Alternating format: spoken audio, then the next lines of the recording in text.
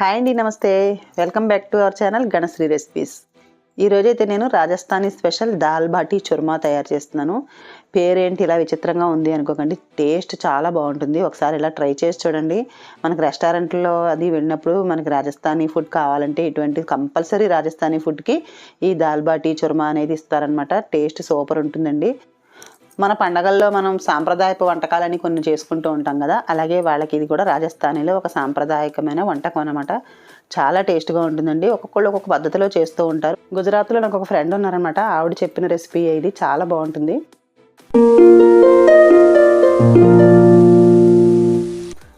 బాటీకి ముందుగా మనం పిండి ప్రిపేర్ చేసుకుందాము. ఒక 2 కప్పుల గోధుమ పిండి తీసుకున్నాను. అలాగే ఒక 3 స్పూన్ల ఉప్మా రవ్వ తీసుకున్నాను. అంటే ఒక కప్పుకి 1 స్పూన్నర వరకు ఉప్మా రవ్వ వేసాను. అన్నీ మన ఇంట్లో ఉన్న ఇంగ్రీడియంట్సేనండి.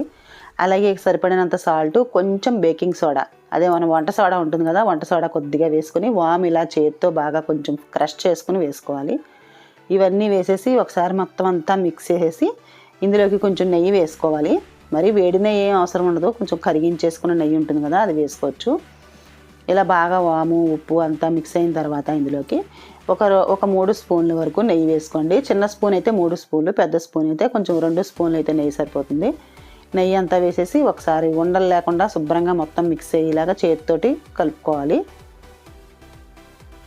ఇలా చేయడం వల్ల ఏంటంటే నెయ్యి వేయడం వల్ల క్రిస్పీగా వస్తాయన్నమాట. మనం తినేటప్పుడు చాలా గుల్లగా ఉంటాయన్నమాట. అవి బాటీ అనేవి చాలా బాగుంటాయి.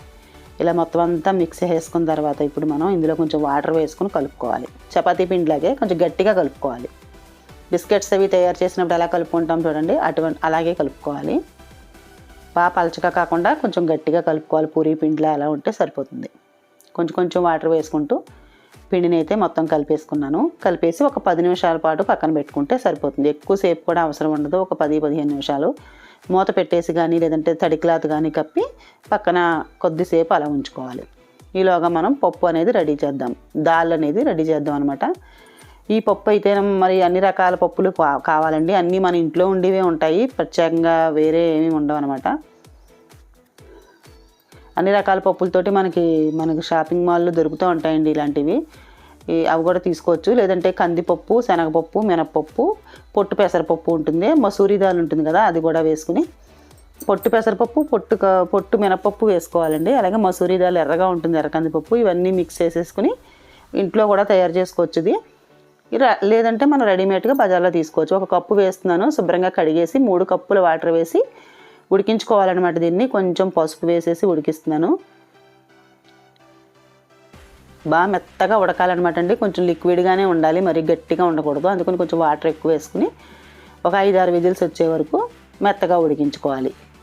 పప్పు అయితే ఉడికిపోయింది. ఇది కొంచెం వేడి తగ్గిన తర్వాత ఓపెన్ చేసి చూస్తున్నాను. బాగా మెత్తగా ఉడికిపోయిందండి పప్పు. దీన్ని మళ్ళీ మనం గరిటెతోటి మెదుపుకోవాలన్నమాట. పప్పు గరిటె ఉంటుంది కదా, దాంతో కూడా మెదుపుకోవచ్చు. అంటే కొంచెం మెత్తగా ఉంటే బాగుంటుంది టేస్ట్ అనేది. చాలా కమ్మటి పప్పు అండి. ఇన్ని రకాల పప్పులు వేసామంటే చాలా హెల్దీ కూడానండి. ఈ వంట అయితే చాలా మంచిదండి. మీరు తప్పకుండా ట్రై చేయండి. అలాగే కొంచెం లెంత్ ఎక్కువగా ఉంది ఈ వీడియో, మరి ఇవన్నీ చూపిస్తే కానీ మీకు అర్థం అవ్వదు కదా, అందుకని కొంచెం స్పీడ్ కూడా అక్కడక్కడ పెట్టి చూపిస్తున్నాను.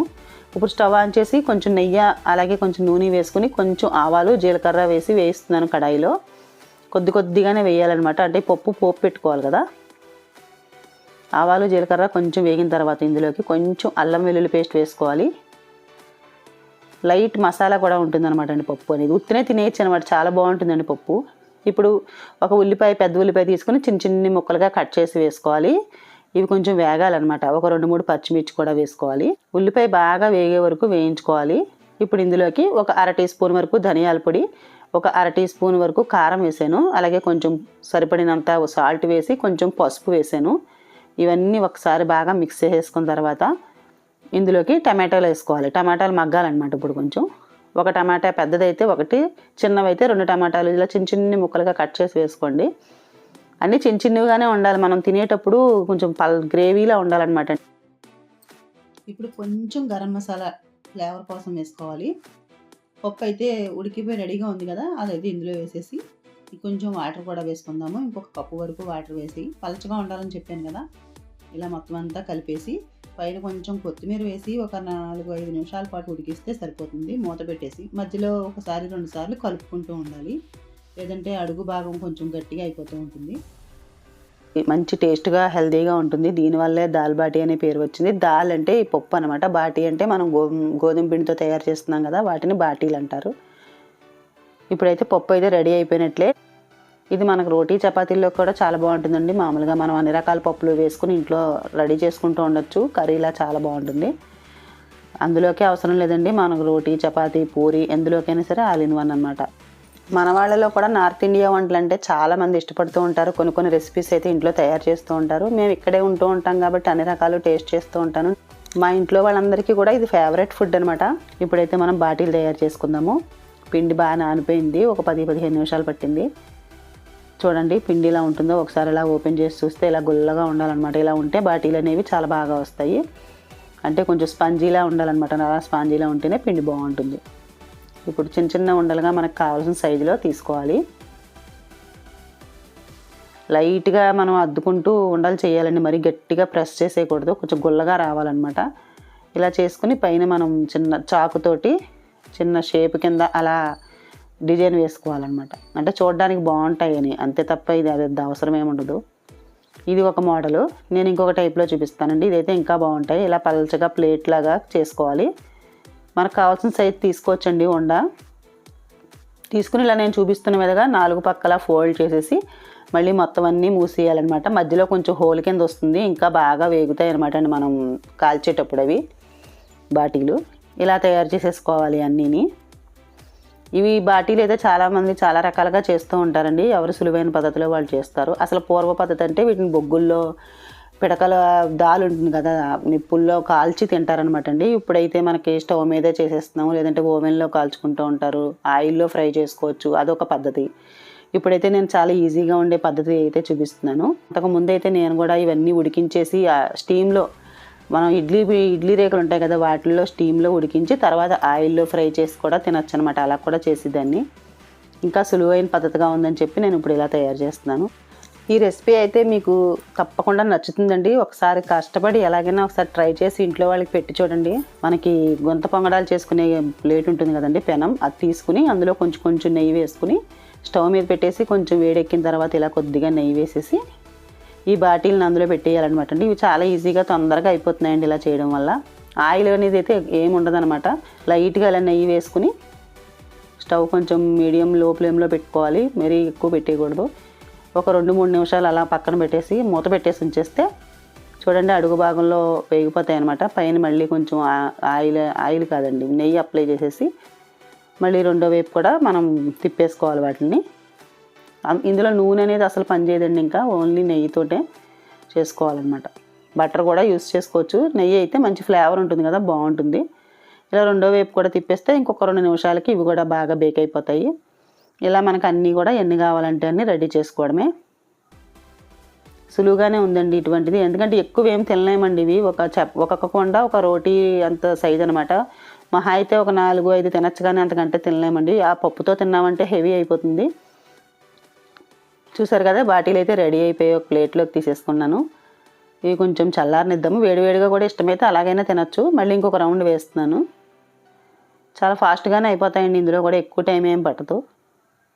ఇవి రెడీ చేసుకుంటూ కూడా మనం దాల్ రెడీ చేసేసుకోవచ్చు అనమాట. ఇప్పుడైతే నేను దాల్ బాటీ రెడీ అయిపోయింది, పెట్టేస్తున్నాను ఒక ప్లేట్లో. ఇప్పుడు కొంచెం నెయ్యి కరిగించి తీసుకుని ఆ నెయ్యిలో ఒకసారి వీటిని ముంచాలన్నమాట. ముంచి తీయాలి బాటీల్ని. లేదంటే మనం ఇవి చిన్న ముక్కలుగా కట్ చేసేసి పైన నెయ్యి వేసుకోవచ్చు. ఇలా అయితే ఇంక తర్వాత నెయ్యి వేసుకోవాల్సిన అవసరం ఉండదు. ఇలా చేసుకుని తింటే కూడా చాలా బాగుంటాయి. బాటీలకి పైన అలా డిజైన్ కింద చాకుతో పెట్టడం వల్ల చూసారా, పగిలి బాగా అవి బేక్ అయ్యాయి, లోపల నుంచి బేక్ అవుతాయి అనమాట. ఇలా పెట్టడం వల్ల మంచి ఉపయోగం ఉందన్నమాట. డిజైన్ కింద ఉంటుంది, లోపల నుంచి బాగా వేగుతాయి అనమాట. ఇలా అన్నీ రెడీ చేసేసుకుని మనకి ఇంకొక బౌల్ తీసుకుని పప్పు కూడా వేసేసుకుందాం ఇందులో. టేస్టీగా అయితే దాల్ బాటీ రెడీ అయిపోయింది. వీటిని ఎలా తినాలో చూపిస్తాను. కట్ చేయాలన్నమాట. ఇలా చేతితోటి కొంచెం ప్రెస్ చేసుకుంటే ఇలా ముక్కలుగా చేసుకోవాలి. లోపల కూడా బాగా వేగిపోయి ఉంటాయండి. అవి కొంచెం మెత్తగా ఉన్నా వేగిపోతాయి అనమాట. పచ్చిది ఏమి ఉండదండి, పచ్చివాసన అది ఏమీ రాదు, చాలా బాగుంటాయి. అది మనం వేయించుకోవడంలో ఉంటుందన్నమాట అండి. చూసుకుని జాగ్రత్తగా 2 వైపులా కాల్చి ఎక్కువ హైలో పెట్టేసుకోకుండా వేయించుకుంటే సమానంగా వేగుతాయి. ఇప్పుడు వీటి మీద పైన ఇలా ఈ దాల్ అనేది వేసేసుకుని అవసరమైతే ఇష్టమైతే ఇంకా కొంచెం నెయ్యి కూడా వేసుకోవచ్చు పైన. మనం ఎక్కువ తినలేం కానీ నార్త్ ఇండియాలో అయితే బాగా నెయ్యి అది బాగా తింటూ ఉంటారు. ఇలా పచ్చి ఆనియన్స్ ఉంటాయి కదా, పచ్చి ఉల్లిపాయలు కొంచెం కొత్తిమీర వేసేసుకుని తినండి. ఎంత బాగుంటుందంటే ఇంకా కావాలంటారు పిల్లలు అయితే, మళ్ళీ మళ్ళీ చేయమంటారు అనమాట. అంత బాగుంటుందండి దాల్ బాటీ అనేది. ఒక 4-5 తినేసరికి కడుపు ఫుల్ అయిపోతుంది, తినలేం కూడా. కానీ చాలా బాగుంటుందండి. ఇంట్లో ఇలా హెల్తీగా చేసుకుంటే చాలా బాగుంటుంది. ఇప్పుడు చూర్మా తయారు చేస్తాను. దాల్ బాటీ చేశాను కదా, చూర్మా ఎలా తయారు చేయాలో చూపిస్తాను. ఈ బాటీలను ఇలా చిన్న చిన్న ముక్కలుగా మిక్సీలో వేసేసుకోవాలి. అదైతే మామూలుగా హాటు అండ్ కమ్మని రెసిపీ అండి. ఇదైతే కొంచెం స్వీట్ అనమాట. చూర్మా అనేది స్వీట్గా ఉంటుంది. దాంతోపాటు ఇది కూడా తయారు చేసుకుంటారు. ఇలా మిక్సీలో వేసేసి కొంచెం పొడిగా ఉంటుంది కదా, పొడిలా అయ్యేలాగా మిక్సీ పట్టేసుకుని ఇది కొంచెం మళ్ళీ మనం నెయ్యిలో వేయించుకోవాలి. చూసారు కదా ఇలా రవ్వలాగా పొడిపొళ్ళాడుతూ వచ్చింది. ఇంకా పొడిపొళ్ళాడి నెయ్యి స్మెల్ అయితే రావాలన్నమాట. కొంచెం కడాయి పెట్టేసుకుని నెయ్యి వేసుకుని ఈ రవ్వ అనేది కొంచెం వేయించుకోవాలి. కొద్దిసేపేనండి, 1-2 నిమిషాలు అంతే, ఎక్కువ టైం ఏం పట్టదు. ఇది జస్ట్ అలా కొంచెం నెయ్యి పీల్చుకుని కొంచెం క్రిస్పీగా ఉన్నట్టుగా ఉంటుందన్నమాట. పొడి అనేది పాడవదనమాట ఇలా చేయడం వల్ల. ఇలా రెడీ చేసేసుకుని ఇందులో కొంచెం ఇలాచి పొడి కూడా వేసేసుకుని స్టవ్ ఆఫ్ చేసేసుకోవచ్చు. యాలకుల పొడి వేసుకుంటే ఫ్లేవర్ అనేది బాగుంటుంది, స్వీట్ కదా అందుకనమాట. ఇలా కొంచెం యాలకుల పొడి వేసేసి స్టవ్ ఆఫ్ చేసేసి కిందకి దింపేసాను. ఇప్పుడు ఇందులోకి కొంచెం పంచదార పొడి దీనికి తగ్గట్టుగా ఒక 2 స్పూన్ల పంచదార పొడి అయితే సరిపోతుంది. పంచదార పొడి కలిపేసాను. కొబ్బరి పొడి కూడా వేసుకోవచ్చండి, ఎండు కొబ్బరి ఉంటే అది కూడా వేసుకోవచ్చు. కొంచెం డ్రై ఫ్రూట్స్ ఇలా పొడి చేసి వేసాను అనమాట, బాదంను జీడిపప్పును. పప్పుల్లా కూడా తగిలినా బాగుంటాయి. నేనైతే కొంచెం పౌడర్లా చేసేసాను. అంతేనండి, చూర్మా కూడా రెడీ అయిపోయింది. దీన్నే చూర్మా అంటారనమాట. దాల్ బాటీ చూర్మా ఎలా ఉందండి రెసిపీ?